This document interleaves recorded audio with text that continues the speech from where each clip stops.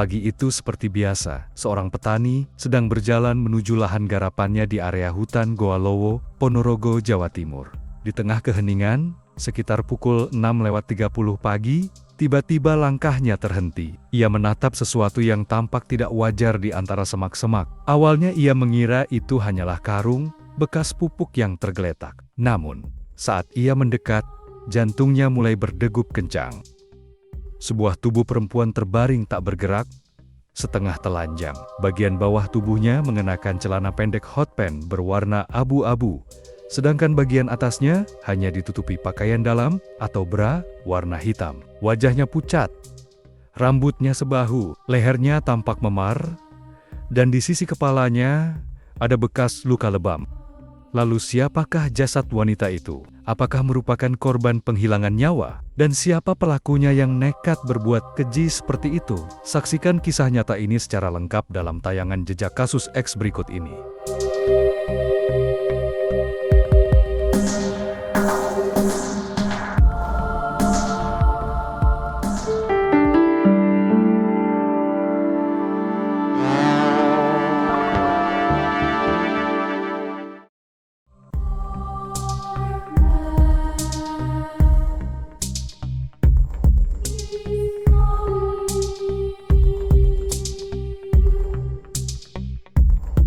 Kabar penemuan jasad wanita dengan mengenakan pakaian yang minim menyebar dengan cepat. Warga berbondong-bondong mendatangi lokasi kejadian. Sebagian menutup mulut menahan teriakan, sebagian lagi mengusap wajah sambil beristighfar. Pagi yang biasanya diwarnai suara cangkul dan tawa petani berubah menjadi pemandangan mencekam.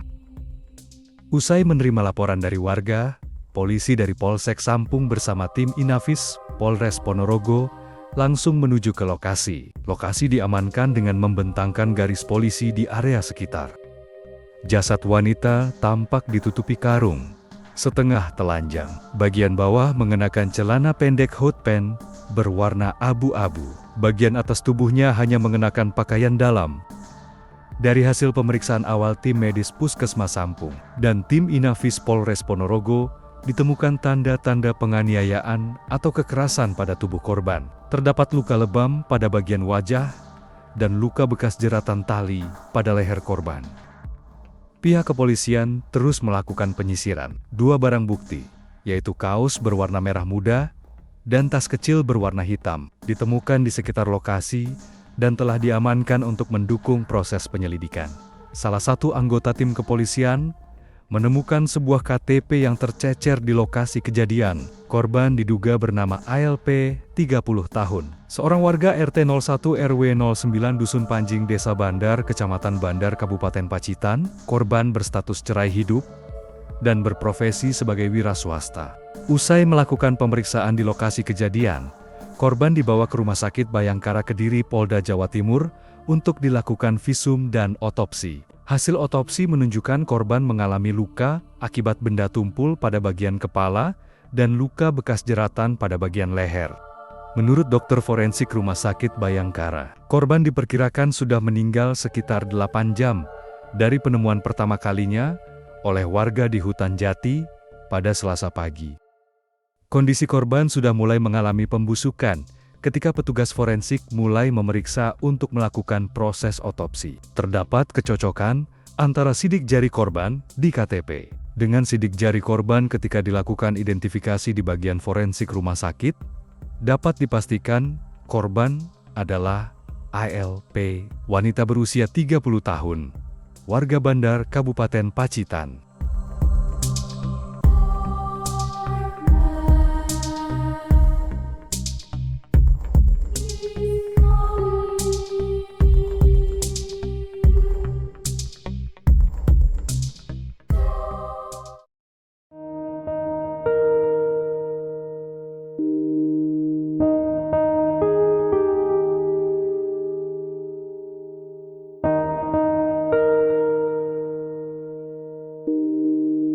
ALP, seorang wanita warga desa Bandar, Kabupaten Pacitan. Ia merupakan anak dari keluarga Agus Suyatno. Ia menghabiskan masa kecilnya di daerah itu hingga lulus SMA.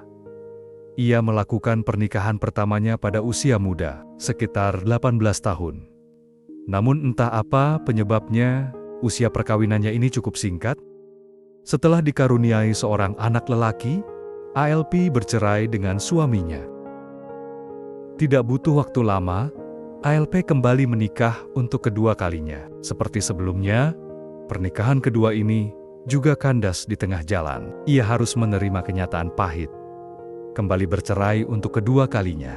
Seolah tidak kapok dengan kisah pernikahannya, ALP nekat menjalani pernikahan ketiga. Ini pun juga kandas, tanpa diketahui pangkal penyebabnya. Kini ALP telah berusia 30 tahun dan anak lelaki satu-satunya dari pernikahan pertamanya. Sudah menginjak usia 12 tahun. Anak sematawayangnya ini tinggal dan dirawat oleh kedua orang tuanya di desa Bandar Pacitan. 2,5 tahun yang lalu, ALP menikah siri dengan HTN, seorang pria berusia 30 tahun, asal Purwantoro, Wonogiri, Jawa Tengah. ALP bersedia dinikahi secara siri, karena HTN penuh perhatian dan sangat menyayangi. Meski HTN belum memiliki pekerjaan tetap, kehidupan keluarga mereka terbilang harmonis. Namun seiring perjalanan waktu, hubungan keduanya mulai timbul tekanan. Meski ada riak-riak kecil perselisihan, namun kehidupan keluarga itu terus berjalan hingga menginjak 2 tahun. Bahkan 4 bulan lalu mereka melakukan pernikahan secara resmi di kantor KUA. Setelah resmi menikah, mereka mengontrak rumah di kampung suaminya di Purwantoro. Tinggal di Purwantoro, ALP malah menjadi tulang punggung keluarga. Pada siang hari, ALP bekerja di sebuah salon kecantikan di Wonogiri. Pada malam harinya terkadang ia bekerja sebagai pemandu lagu atau purel di Pacitan. Suaminya belum juga memperoleh pekerjaan tetap. Entah karena stres atau jenuh, HTN melampiaskannya dengan sering minum minuman terlarang. Belakangan, kehidupan rumah tangga ALP dan HTN mulai goyah dan semakin tidak harmonis. ALP sering mengeluh ke orang tuanya kalau HTN sering melakukan KDRT, memukul dengan tangan. Penyebab cekcok adalah tekanan ekonomi. Selain itu, pekerjaan ALP sebagai purel juga menjadi penyebab perselisihan. HTN sudah meminta berkali-kali agar istrinya berhenti sebagai purel. ALP sudah menyepakati keinginan suaminya. Namun kenyataannya, ia masih menekuni profesi itu secara diam-diam.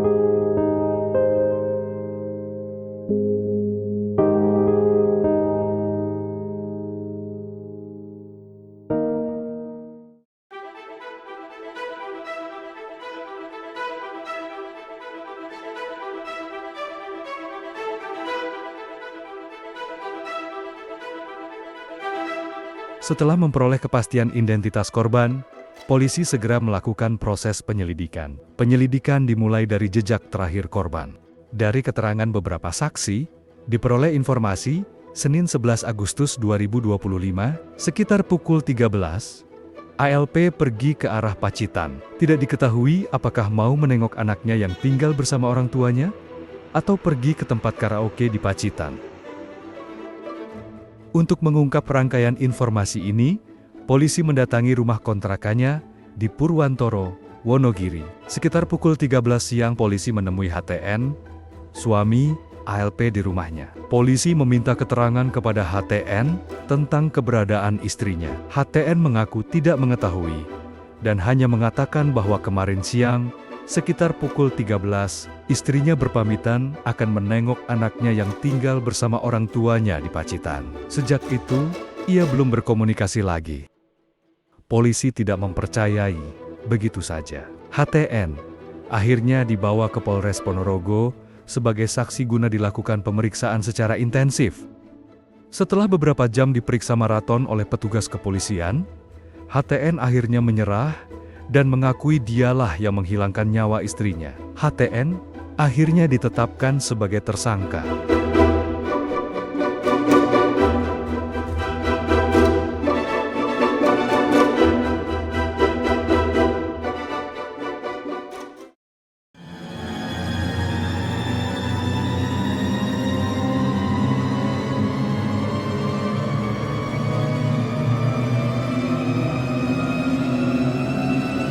Menurut pengakuan HTN, kepada petugas kepolisian Polres Ponorogo, peristiwa ini dipicu karena HTN tersinggung dan sakit hati dengan ucapan istrinya yang mendoakan ibunya cepat meninggal.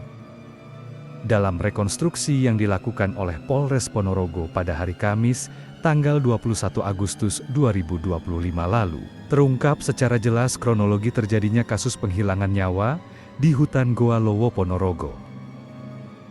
Kasus ini bermula ketika pada hari Senin 11 Agustus 2025 lalu, sekitar pukul 13, ALP berpamitan akan pergi ke Pacitan untuk menengok anaknya yang tinggal bersama orang tuanya.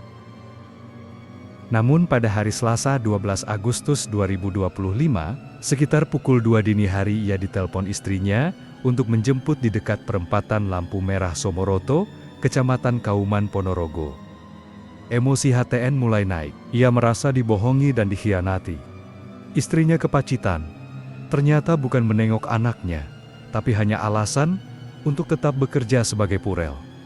Dengan meminjam motor temannya, HTN melaju dengan kencang menuju lokasi penjemputan. Setibanya di lokasi, percekcokan pun tak terhindarkan. Namun HTN masih mampu meredam emosinya. Di tengah perjalanan, perselisihan mulut kembali terjadi. Pertengkaran semakin meninggi. Keduanya tidak ada yang mau mengalah. Hingga akhirnya istrinya mulai menyinggung orang tua HTN. Dan kata-kata kotor terlontar dari mulut ALP. Ujungnya ALP malah mendoakan agar ibu HTN cepat meninggal. Emosi HTN pun membuncah. Ia langsung mempercepat laju kendaraannya. Alih-alih menuju rumahnya, HTN membelokkan sepeda motornya dengan kencang menuju arah Kecamatan Sampung. Sesampainya di kawasan hutan Goa Lowo, Ponorogo, HTN membelokkan motornya ke kiri, masuk 300 meter ke dalam hutan. Di jalan yang sunyi itu, ia menghentikan motornya di dekat sebuah gubuk. Istrinya kebingungan, namun belum sempat bertanya, HTN menjerat leher istrinya dengan kabel internet yang tergeletak di gubuk. Istrinya terkejut, meronta, suaranya tercekat. Tangannya berusaha melepas lilitan, tapi genggaman HTN terlalu kuat. Tak berhenti di situ, HTN membenturkan kepala ALP ke batang pohon jati. Sekali, dua kali, hingga tubuh itu merosot lemas ke tanah. HTN terdiam beberapa detik, napasnya berat, menatap tubuh yang tak lagi bergerak. Panik mulai merayapi pikirannya. HTN membopong jasad istrinya sejauh 200 meter dari gubuk. Sebelum pergi, HTN melucuti pakaian bagian atas hingga menyisakan pakaian dalam. Ia membawa jaket dan ponsel istrinya. Di pikirannya, mungkin itu akan menghilangkan jejak. Kemudian HTN menutupi jasad istrinya dengan karung dan meninggalkannya di semak-semak hutan jati. Motor kembali melaju menembus dinginnya malam. Hatinya berdebar, tapi ia memaksa diri untuk terlihat biasa ketika pulang. Kepada yang bertanya, ia hanya bilang tidak tahu di mana istrinya. Namun, dunia tidak memberi banyak waktu bagi HTN. Pagi itu juga, jasad ditemukan, dan perlahan, lingkaran kecurigaan mengarah padanya. Dan akhirnya, HTN ditetapkan sebagai tersangka dalam kasus penghilangan nyawa terhadap istrinya, ALP. HTN kini mendekam di sel tahanan Polres Ponorogo, Jawa Timur. Ia dijerat dengan pasal pembunuhan dan penganiayaan hingga korban meninggal dunia. Polisi menjerat HTN dengan pasal 338 KUHP dengan ancaman hukuman maksimal 15 tahun penjara.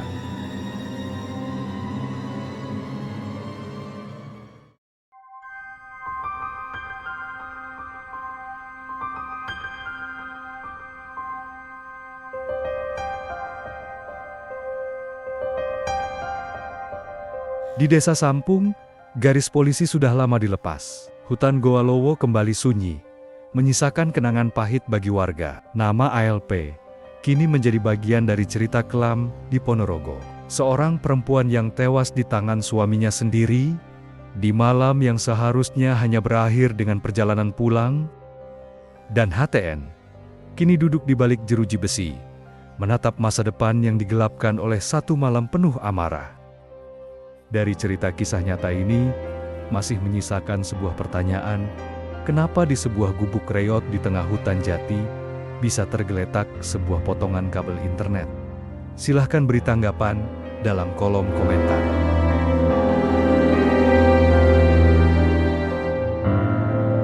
Terima kasih telah menonton video ini sampai akhir. Sampai jumpa di kisah berikutnya. Jangan lupa like, share, dan subscribe untuk cerita-cerita kisah nyata lainnya.